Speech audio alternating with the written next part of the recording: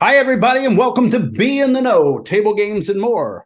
I'm your host, Benny Mancino, and my special guest tonight, very special guest, as I start a series called Casino Women, based kind of on a book. It was out in 2011, is the very famous, infamous, uh, great, man, I got a million words to describe you, Patty Chang. I know a lot of you out there, a lot of you, you've sent me messages and stuff, all excited that Patty was going to be on tonight. So I don't know if they're on because they want to, hit the non-like button or the like button. But Patty, welcome to Be in the Know. Thank you very much. Thank you, Benny, for being invited to the show. I appreciate the invite. Thank you very much. So, Patty, we've known each other for a couple of years, and I really find you very interesting because, like, you've kind of lived a sort of a dream life for me. I would have loved to have been part of the early Atlantic City. I mean, I know you probably came along about a decade after it was open, but that's still early Atlantic City. And I'd love to have been part of early Vegas and all that, but I wasn't. I kind of had a midlife crisis and got into the business. But boy, that's been a long midlife crisis. But we'll talk about that later. So, Patty, tell me. I always ask everybody, how in the world did you get into this crazy business? Well, I actually had to start with my whole family. Believe it or not, actually, my whole family is in the casino business. So, for example, my father actually started at second year when Resort opened. While Resort is basically oldest casino in Atlantic City. So my whole family actually was in the casino business. And during the summertime, actually, I was ready to go to college, and my dad said, "You had to, get a job and pay for your college degree." So he got me say, "Why don't you become a dealer and just work part time, and basically just work part time, see how you liking it, pay for your tuition, and this and that." So actually, I started as a cashier because I had to earn my tuition to get into the dealer school. So I was working as a cashier at Showboat for a couple years. Once I got my money for my tuition, so actually I was going to the dealer school, also going to the a community college at the same time. So that's how I started. Then I got into the business. I hate to say this. I think I kind of like almost like everybody else, a lot of younger generation kind of fall in, I want to say, this trap a little bit. Once you see casino money and it's really good while you're young age, you're like, wow, this is a lot of money with this right here. It's such an easy job. Let me just, forget about college and stay in the casino. And that's basically really what happened. So it's basically my dad said, you need to find a job. You got to pay for your tuition. And why don't you take a part-time job as a dealer? And from that, and here I'm in 30 some years later. Wow. Yeah. So it looks like you moved out of Atlantic City and went. Did you go to Connecticut, or was that, did you deal in Connecticut? Yes, I would just, at some moment, yes, I went to Connecticut. At that time, I think Connecticut was open, so there was a lot of dealing position. My dad said, "Why don't you just go over there, give yourself a try? Since it's a new casino, see how you liking it." So I went to Connecticut for a couple months, but I couldn't. At the weather and I does not agree with each other, so I kind of left it in a few months. It's just too cold up there. I'm sorry, it's very cold up there. So you came back to Atlantic City. Now, was you dealing in Atlantic City when you came back, or did you go to the floor? Or No, actually, when I came back, I was a dealer at Resource. uh-huh. Yes. So my dad actually, it is, David Chang actually is one of the, I would say, is definitely one of the mentor and one of the great personnel at the, if you're looking at the AC history. So basically, it is he got me into Resource. So I was working in Resource as a dealer. Then I promoted to become a full person. Now, what games did you deal? I actually it is I every games, whatever game is out there at that time, I deal every one of them. Really? So you was dealing Yes. craps in Atlantic City, huh? Yeah, I was still in crabs in Holland City. So was that hard in that time? So I don't know when it was, 80s, 90s, what early 90s. Was that hard for a woman being a crap dealer? I think at that time it got much better compared to some of the story I heard. Everybody always tell me their story back in the days. So there was some definitely compared. When I got in there, I just say it is I was much lucky because the time I got in there in the night, I think in the early 90s, the mentality of the gaming street is changing. So it's evolving, right? So some of the, I would say, horror story, the old timer might describe how the pit manager used to kick you, yell at you, curse at you, and things like that are slowly fading away. So actually, I will say this: I was in that period, that breaking period, that AC is turning itself a little bit from the old Las Vegas way, they might say, or the old way that they actually have. That I was, or I'm gonna tell you a story. I'm not gonna mention any name at all. I'm gonna tell you when I first set box, right, and one of the supervisor I work with at Resource, what he did to me, it was just very interesting. It is he basically, I always tell this, back in the days at Resource, is basically he basically kind of like stabbed me like on the side of the rib and say, this is how we did it in the old days. That's how we did it in Vietnam. If the people don't do the right thing, we just stab them at the side of the cage. And from that, it is, that you will say this is really the old way some of the industry was, but it slowly transitions. Like you can make your complaint and people will take serious note to it and basically, stop it. So Well, I was thinking, sorry, yes. Atlantic City came in with a lot harder regulation than Nevada, so maybe they felt it was a bit more of a police state than the cowboy land that we had out here in Nevada. No. Oh, definitely, definitely. Since I'm in the West Coast now in California, I would say is a night and day compared to regulatory, because when AC built their regulatory, they base everything as a legals. So basically, they built this almost like a law. So it's all everything's legal term, law term, because at the time it is the regulator was so afraid that mob get into the gaming industry, so they are afraid precautionary and everything they do. They want to make sure the integrity of the gaming industry, above all others jurisdiction. So definitely it is. It's a whole different, because that's their mentality. It's basically they want to ensure that gaming industry had the strongest and most, the strongest integrity you can have. So let me ask you. So they, they couldn't kick you or anything like that. But now we both started in this business about the same time. I'm West Coast. You're out there on the East Coast. I still I didn't experience it because I'm a man, but I did notice a lot of sexism. A lot of what would in today's world would be called harsh harassment. Back then, it was just how was it in Atlantic City during those days? Did you still get you're just a woman or blah blah blah blah, or did they respect you for the talent you had? So I'm gonna tell you another story. My first day at Resource, checking schedule. One person come to me and say, "Oh, I don't know Asian people read." That's my first day. When not knowing this person, I was just looking at the schedule and I look at him like, what do you mean Asian person don't know how to read?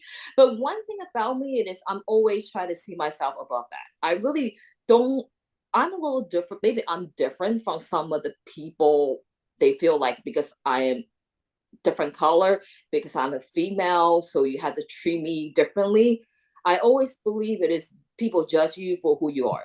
I always, this is how I look at the world.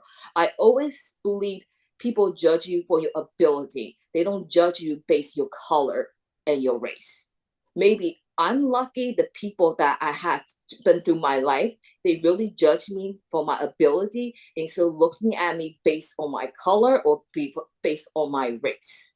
And this is always the way I look at every situation, every management team, and everybody I work with. because I don't like to have that pure notion that everybody's racist, is everybody's sexist, or everybody's discriminatory. Well, I always say if whatever you look for, you'll get, right? So if you're not looking for that kind of environment, you won't have it. Hey, somebody's calling. Yes. So Sorry. let me ask you. So we Yes. talk about talent, right? Yes. You later on now you started instructing. Now, were you instructing people at the same time you were still working? Yes, I was. So Yes, yes. was it that them schools were in a NAC?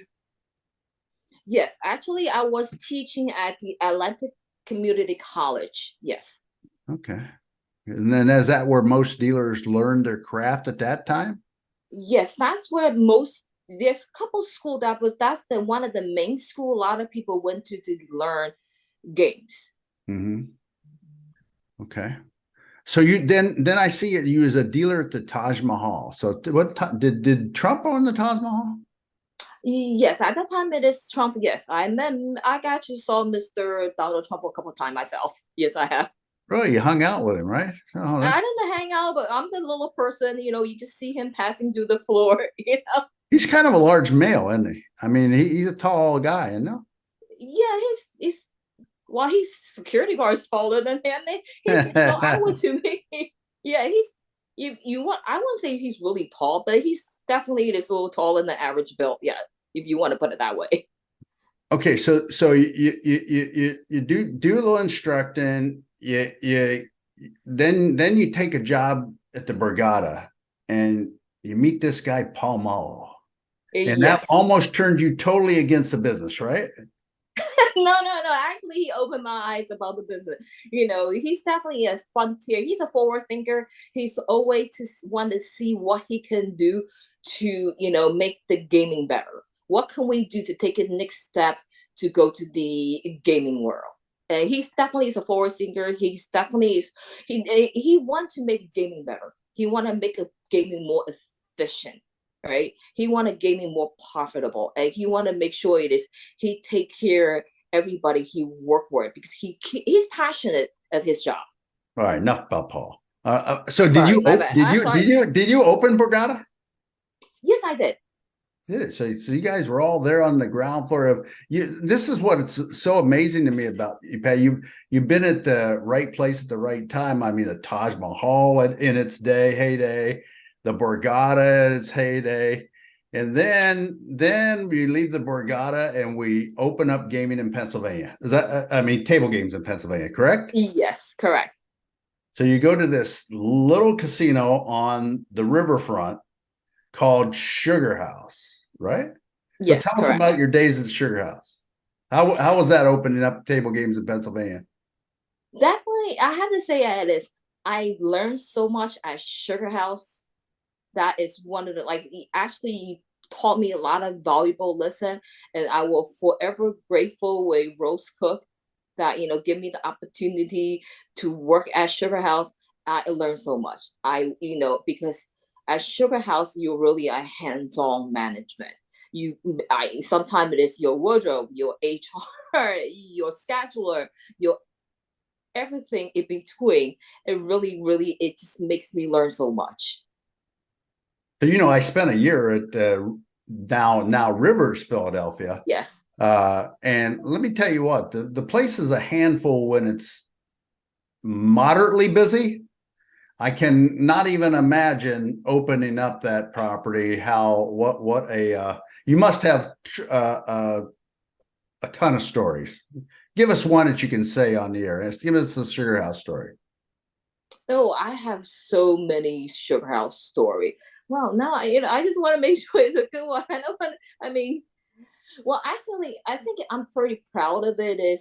Is how we grow Sugar House. So, for example, like tile game is a dying game in a lot of a lot of jurisdiction you go to, right? So I'm very happy it is we actually able to grow the tile game from one game to two games. Before I left, actually we grow it to 10 games, the tile games.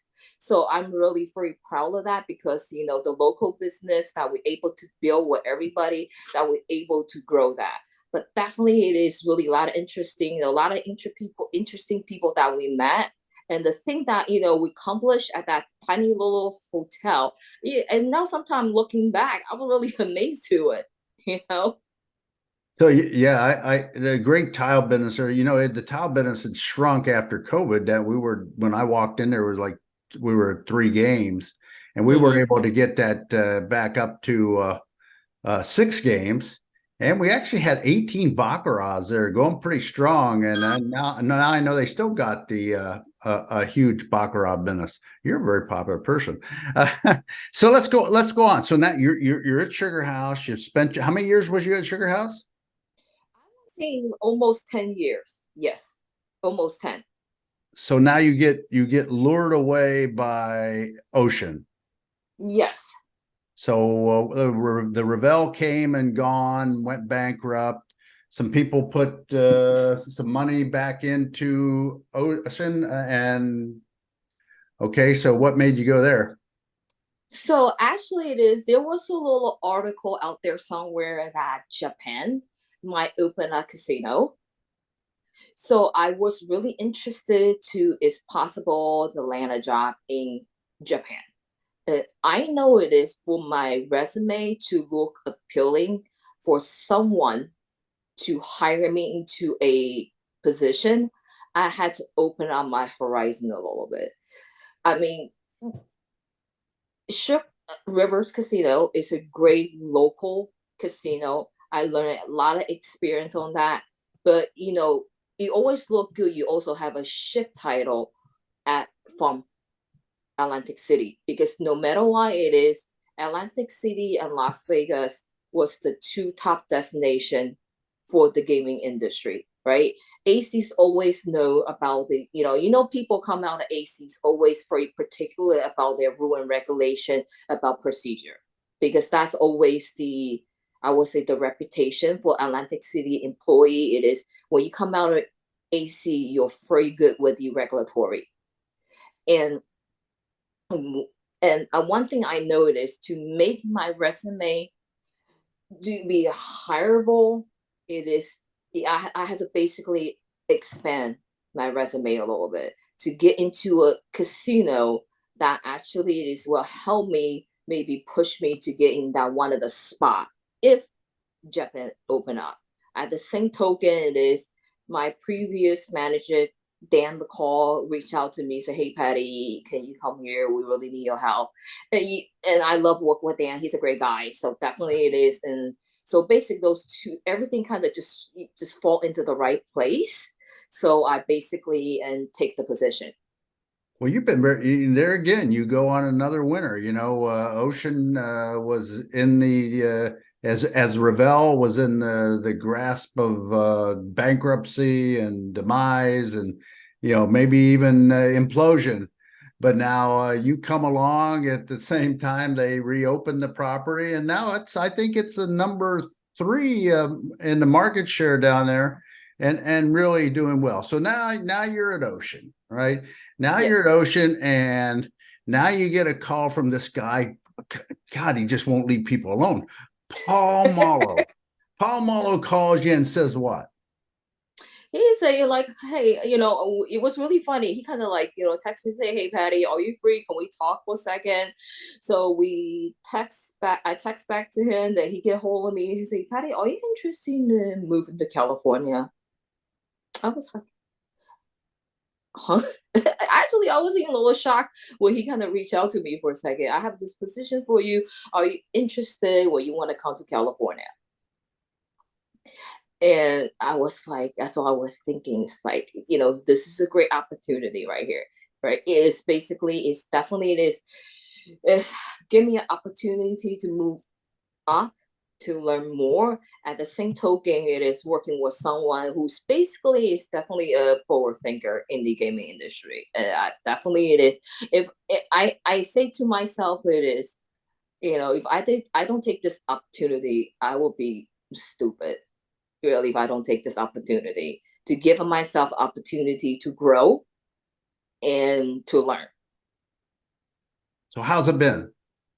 It's been all above. It's definitely growing and learning everything. It's just unique experience.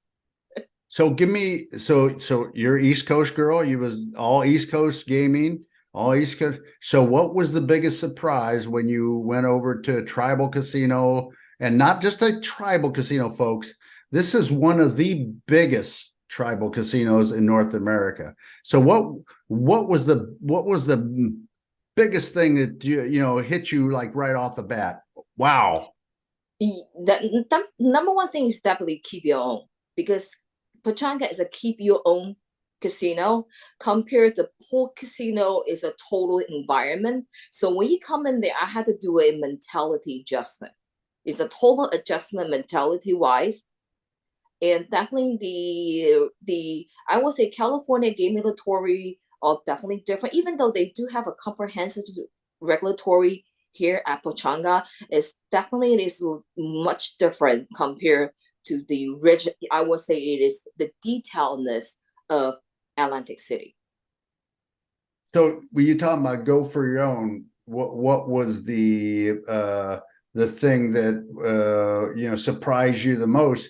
That people were friendlier, that people were more talented, more skilled, more interest or is that all true, or is that a fantasy? Well, definitely people are more friendlier, but at the same token, it is because it's keep your own.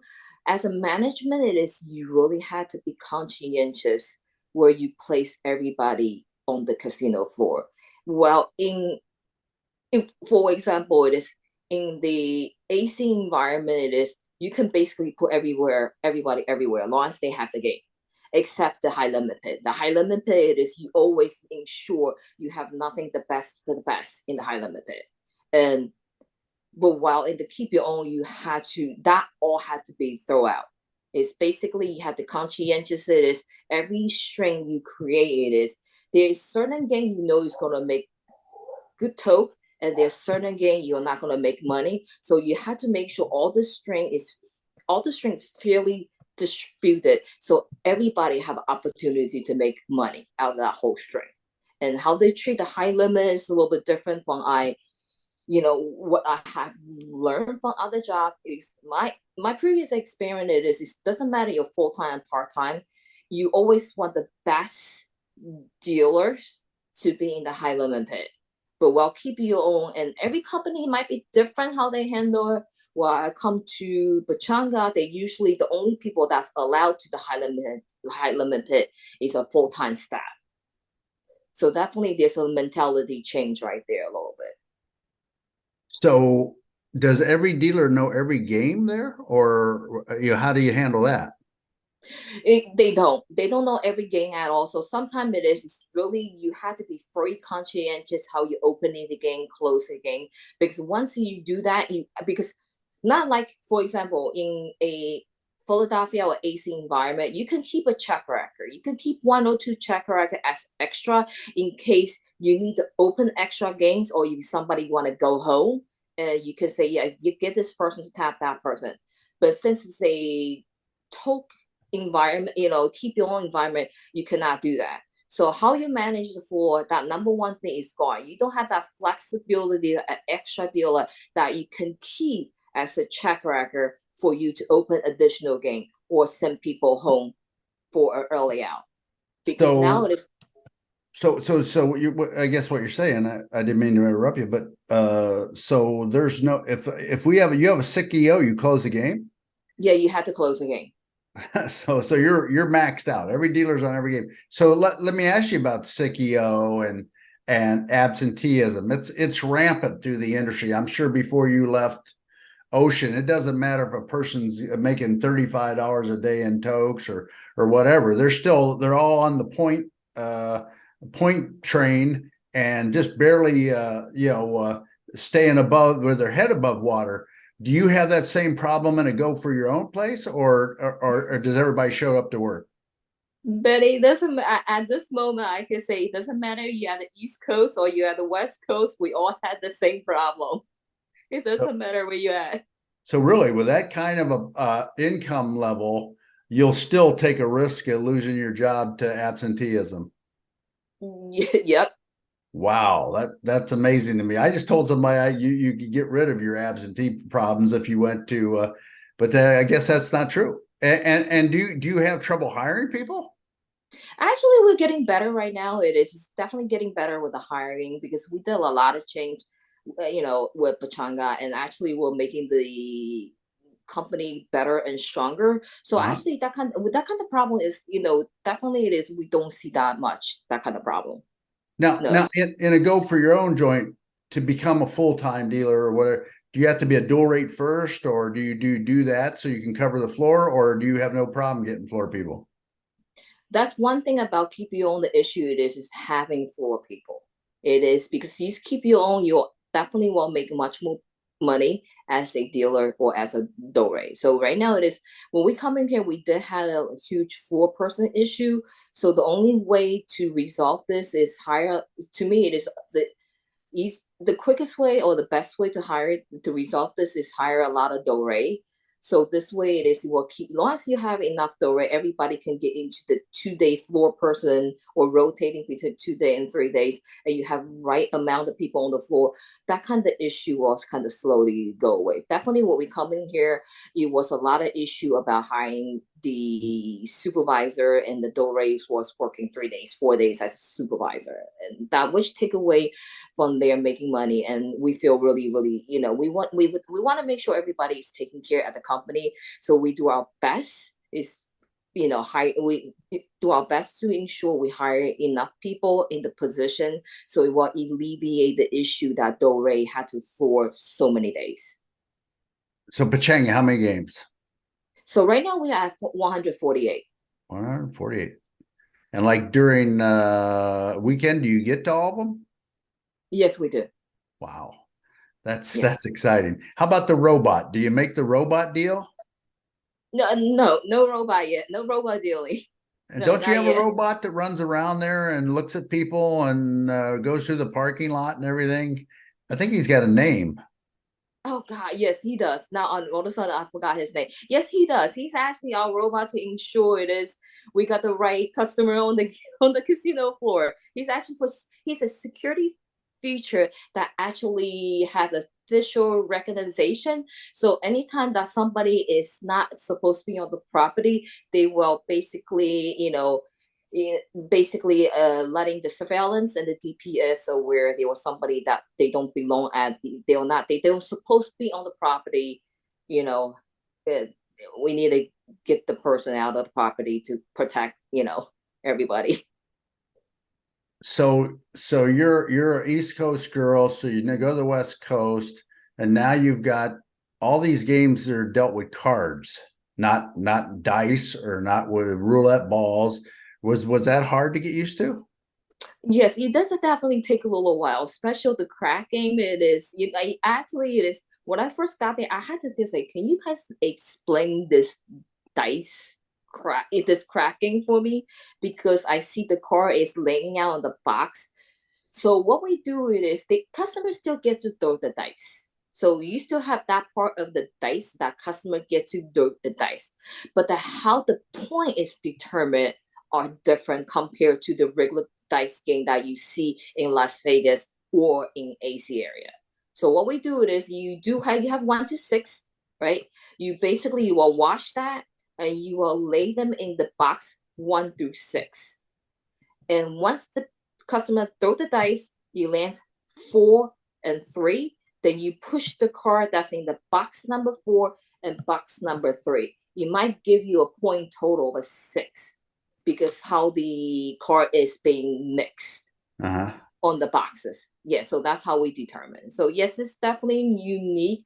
I don't feel like the roulette game is a really roulette game because I think the excitement of roulette game is to see that ball drop into the wheel and you kind of bounce around and you're hoping you will land in the number that you pick. So I feel like because I mean the car roulette is almost feel. Do you ever like a watch Wheel of Fortune? You know Yeah. how at the end all the contestants spin that wheel and they pick a price and you open and you will see what the price it is.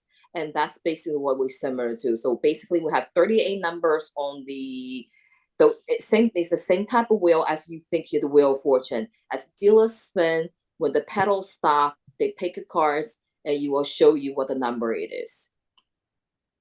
Wow, what a change, huh? What a change. Yes, yes, So what? I just heard you just bought a house. So yes. what's next for Patty? Is it Japan? Is that your next move?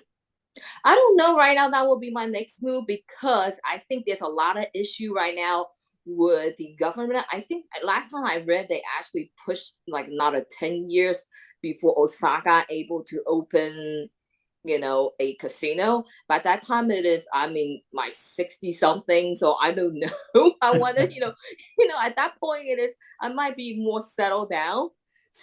I don't know. Life is full of surprise, right? You just never know what's going to happen next. Well, I read an article yesterday about the end of retirement. So I Mm-hmm. guess maybe it's talking about that. Sometimes when you cut it off too early, your body shuts down and it's all over, and you find out you find out you're going to live 20 more years longer than what you got money for.